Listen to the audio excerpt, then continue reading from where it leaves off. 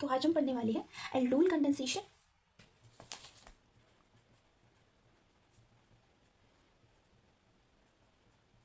And chemical reaction. तो पहले aldol condensation करते हैं।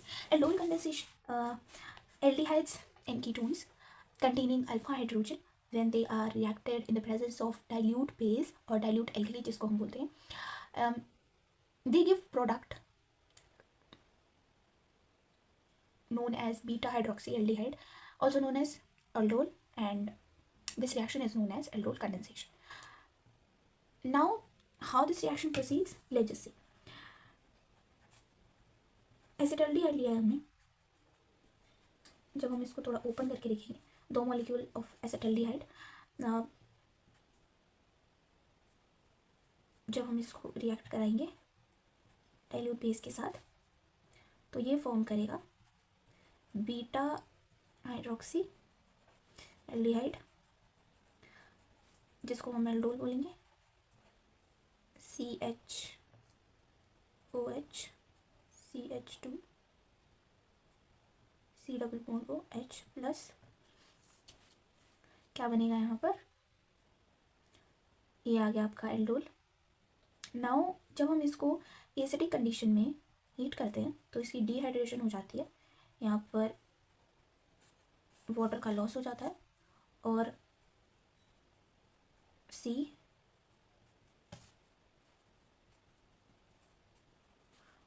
Alpha beta unsaturated aldehyde, also known as croton aldehyde. देखो रिएक्शन का तो हमने यहाँ पे देख लिया, इसका मैकेनिज्म हम भी देखेंगे। उससे पहले हम ये देख लेते हैं कि कंडीशन क्या होती है एल्डोल कंडेंसेशन के लिए। बहुत सिंपल है, सब जानते हैं कि अल्फा हाइड्रोजन होना जरूरी है और डाइल्यूट बेस होना जरूरी, बेस डाइल्यूट होना चाहिए, 2 कंडीशन। लेकिन क्वेश्चन ये आता है कि अल्फा हाइड्रोजन होना क्या क्यों ज़रूरी है।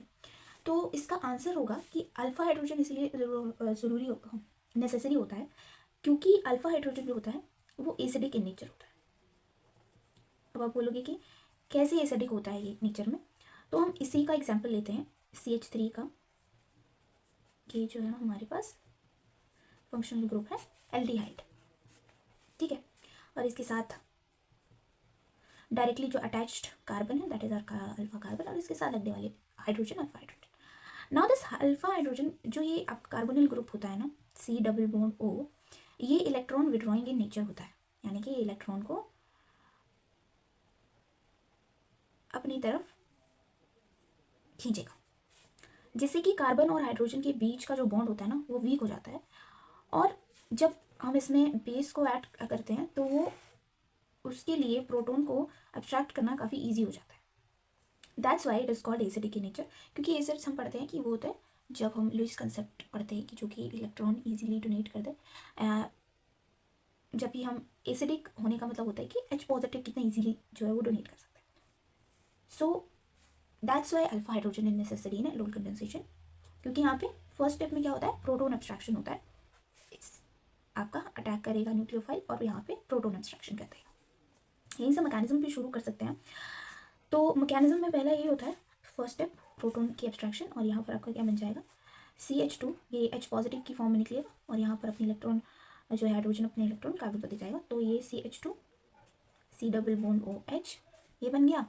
इसको हम इनोलेट आयन बनते हैं और इसका यहाँ पे एक रेजोनेंस स्टेबलाइज स्ट्रक्चर भी हम बना सकते हैं अगर हम बनाना चाहें तो। CH2 डबल बॉन्ड ये इधर चला जाएगा और ये इधर आ जाएगा, तो ये बन जाएगा आपका CH2 double bond C O negative and H, ठीक है। Yes, this is our resonance stabilised enolate ion. अभी जो आपका रेजोनेंस स्टेबलाइज्ड इनोलेट आयन है, ये जो होता है स्टेबल होता है, तो इसकी फॉर्मेशन होती है, इसीलिए जो है हम कहते हैं कि प्रोटॉन एब्स्ट्रैक्शन यहाँ पर होता है। सेकेंड स्टेप में क्या होता है, ये जो आपका CH2 नेगेटिव कार्ब एनायन बना, ये आपका सेकेंड मॉलिक्यूल जो एसिटाल्डिहाइड है that is our CH3 C double bond OH। इसमें आप देखो ये जो कार्बोनिल ग्रुप है ना, इसमें ऑक्सीजन होता है वो हाईली इलेक्ट्रोनेगेटिव होता है, तो ये इसकी टेंडेंसी होती है शेयर्ड पेयर ऑफ इलेक्ट्रॉन को अपनी तरफ अट्रैक्ट करने की। तो इस पर पार्शियल नेगेटिव चार्ज आ जाएगा, इस पर पार्शियल पॉजिटिव चार्ज आ जाएगा। अब यहाँ पर जो है क्योंकि कार्बोनिल जो है उस पर पॉजिटिव चार्ज है, तो ये CH2 इस पर अटैक करेगा तो यहाँ पर क्या फॉर्म हो जाएगा, CH2 C double bond O, CH3 C double bond O,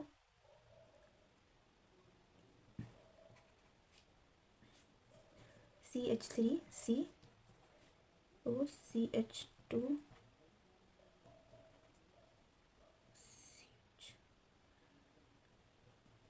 ये आ जाएगा। ठीक है, यहाँ पे वाटर का लॉस हुआ था क्योंकि ये बना था, तो ये आपका आ गया। अब यहाँ पर क्या होगा, जो हमने वाटर लिया था उसमें से जो H पॉजिटिव होगा, ये ऑक्सीजन जो है अपना इलेक्ट्रॉन इसे दे देगा और H माइनस यहाँ से रिलीज हो जाएगा। CH3 C इसके साथ अटैच हो जाएगा H, CH2 C double bond OH, और ये आपका बन गया, ये आ गया आपका functional group alpha beta, beta hydroxy aldehyde. ठीक है, अब यहाँ से हम अगर आगे एसिडिक कंडीशन में डिहाइड्रेशन कराएंगे तो अल्फा बीटा अनसैचुरेटेड, जो कि मैंने ऊपर बताया था। So this is our aldol condensation. अब हम देखते हैं कैनिज़ारो रिएक्शन। कैनिज़ारो रिएक्शन में नो अल्फा हाइड्रोजन, इसमें अल्फा हाइड्रोजन नहीं होनी चाहिए, पहली कंडीशन यही होती है। एंड सेकेंड, इसमें कंसनट्रेटेड बेस को यूज़ करते हैं, कंसनट्रेटेड बेस, कंसनट्रेटेड एल्डिहाइड। तो फॉर्मेल्डिहाइड, दो मॉलिक्यूल ऑफ फॉर्मेल्डिहाइड जब रिएक्ट करेंगे कंसनट्रेटेड एल्कली के साथ, यहाँ पे कंसनट्रेटेड NaOH लिया मैंने, तो ये बनेगा आपका sodium salt of formic acid plus methanol. इसको समझने के लिए आपको एक चीज़ समझनी होगी कि जब भी हम एल्डिहाइड्स एंड कीटोन्स को ऑक्सीडाइज करते हैं तो हमें क्या मिलता है, कार्बोक्सिलिक एसिड। और जब हम इनको रिड्यूस करते हैं तो हमें अल्कोहल से मिलता है। ये एक डिस्प्रोपोर्शनेशन रिएक्शन होती है। And what is the meaning of disproportionation reaction, यानी कि एक मॉलिक्यूल ऑफ एल्डिहाइड जो होगा वो ऑक्सीडाइज होगा और दूसरा मॉलिक्यूल जो होगा वो रिड्यूस होगा। This is called disproportionation reaction and Cannizzaro reaction is a example of disproportionation reaction. अब इसमें क्या होगा कि जो आपका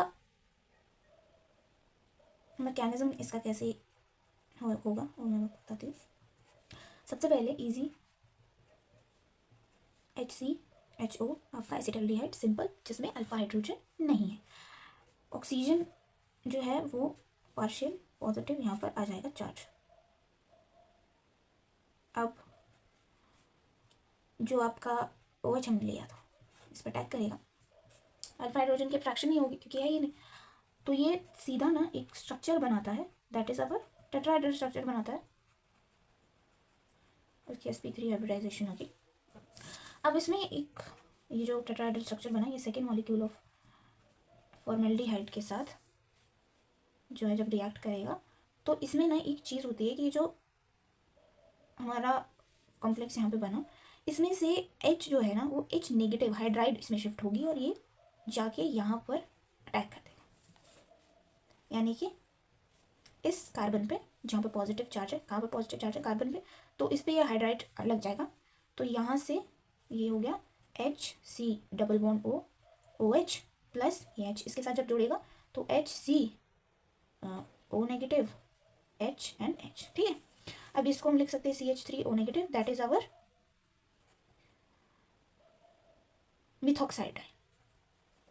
एंड जो ये स्ट्रॉन्ग, ये ना स्ट्रॉन्ग आपका एक as a strong nucleophile, as a strong base act करेगा यहाँ पर, और ये OH में से H प्रोटॉन एब्स्ट्रैक्शन कर लेगा। अब ये हाल हाइड्रोजन भी जा सकता था, लेकिन आप देखो इसमें और इसमें जो होता है इलेक्ट्रोनेगेटिव डिफरेंस होता है, तो इसका जो बॉन्ड होगा वो ईजी टू ब्रेक होगा, इसलिए यहाँ से H पॉजिटिव निकलेगा और CH3OH आपका मिथेनॉल बन जाएगा, और ये क्या बन जाएगा आपका HCOO नेगेटिव।